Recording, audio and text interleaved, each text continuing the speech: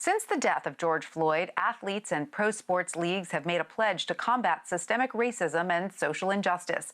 An article recently published in the Los Angeles Times discusses the changes athletes and pro sports have made in recent weeks, but poses the question, how long will this change last? LZ Granderson is a columnist at the Los Angeles Times, and he joins me now. Welcome, LZ. We're happy to have you with us. So in the wake of George Floyd's death, we have seen an increasing number of professional athletes become activists and use their voices against social reform. So what makes them so influential during this call for change? Well, first of all, thank you for having me. We don't have kings and queens or royalty in the States. Our royalty, for the most part, are celebrities, are actors and actresses, and athletes. And so it's almost as if someone of royal blood is saying should be important for all of us to pay attention to. Now, I know it's not exactly apples to apples, but that's the kind of place that athletes have. They're beloved. They're seen as heroes. Their words are trusted.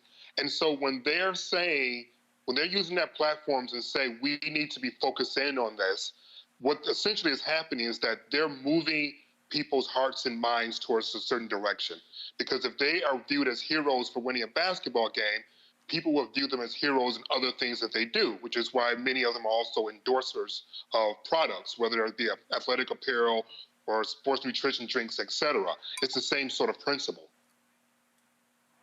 And we have seen a lot happen in recent weeks. We've seen professional sports leagues across the country take a hardline stance against racism and social injustice.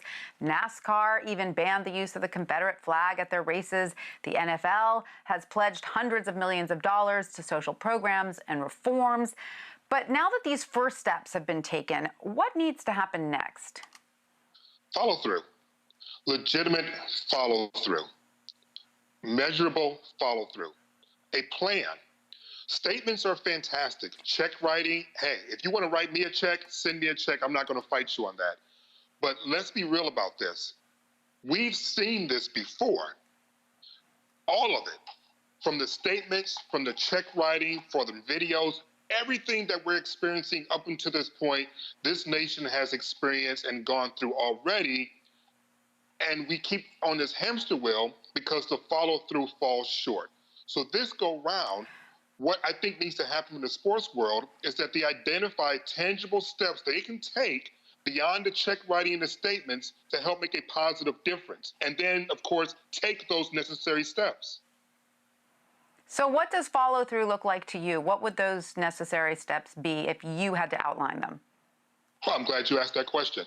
Number one is that you cannot in any way believe that you're going to make positive change and not get your hands dirty. Before, organizations, leagues, teams, they tried to be non-political, apolitical, and non-racist. But that's not going to get the job done. They have to roll up their sleeves and identify laws, identify contract structures. They can use their own enterprises in terms of who they hire to be security, who they hire to be vendors. There are measurable steps they can take to actually make positive change. But the biggest thing is that you can't be non-racist in this environment and make positive change. You have to be anti-racist, which means you may have to get your hands dirty in the political arena, which a lot of owners don't like to do, but that's what's necessary because we're talking about changing laws. So you're kind of saying the days of neutrality are over. You can't be neutral here. There's no Switzerland. There's no I don't see color. There's nothing more offensive to me than hearing I don't see color.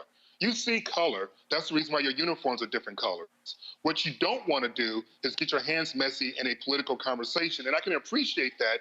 But again, part of the change that's necessary is tied to politics. So that means the same influence that you use to get your stadiums built or get zoning laws changed so that you can have your stadium built, you're operating in a political arena.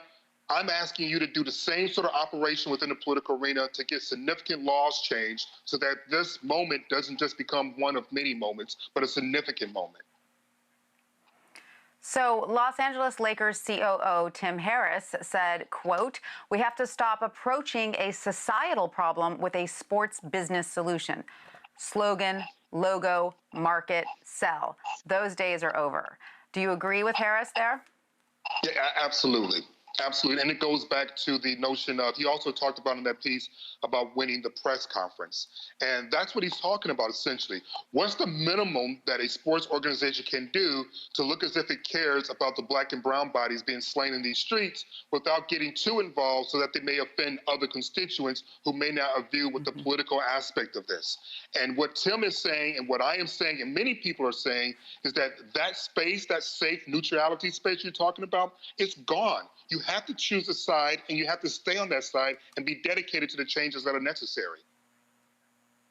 And tell us why you think that's happening now, because, of course, it's been 4 years since former San Francisco 49ers quarterback Colin Kaepernick last played professional football. In recent weeks, the NFL has reversed its position on players kneeling during the national anthem. Why is this happening now? Why did it take 4 years for this to happen? And does it mean nothing if Kaepernick doesn't get his job back in the league? Well, first of all, I think that you can't underestimate the power of the presidency. When Kaepernick started the protest, it was during the Obama administration, and he had certain views. But then once candidate Trump and then President Trump came into the picture, those views were different, and it put a different pressure on the league to address the protests in a different manner.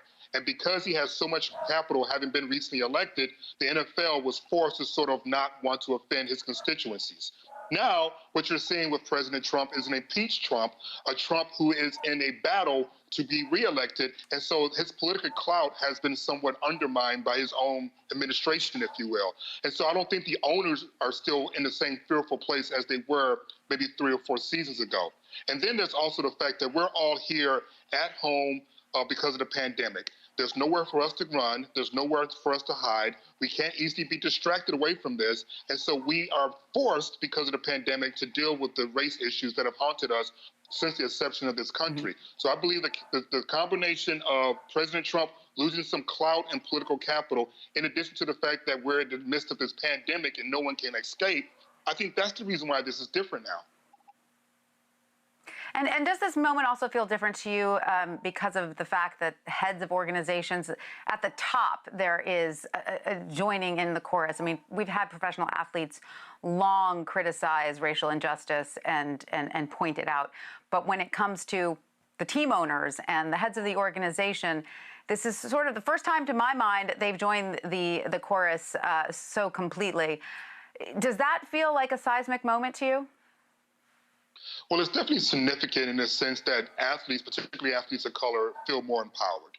I like to credit a lot of that to LeBron James and what he did during his free agency, because it was somewhat of an awakening just within the NFL, or NBA rather, where black athletes in particular realized that they controlled their destiny and had a lot more influence and power than perhaps they were willing to use or exercise, even recognize. That's no longer the case. More athletes now across all the sports realize they're not just employees, but they're partners in this. And the owners are realizing that power shift as well, and they're learning to respect these men and women more as partners in the conversation as opposed to employees and subordinates in the conversation.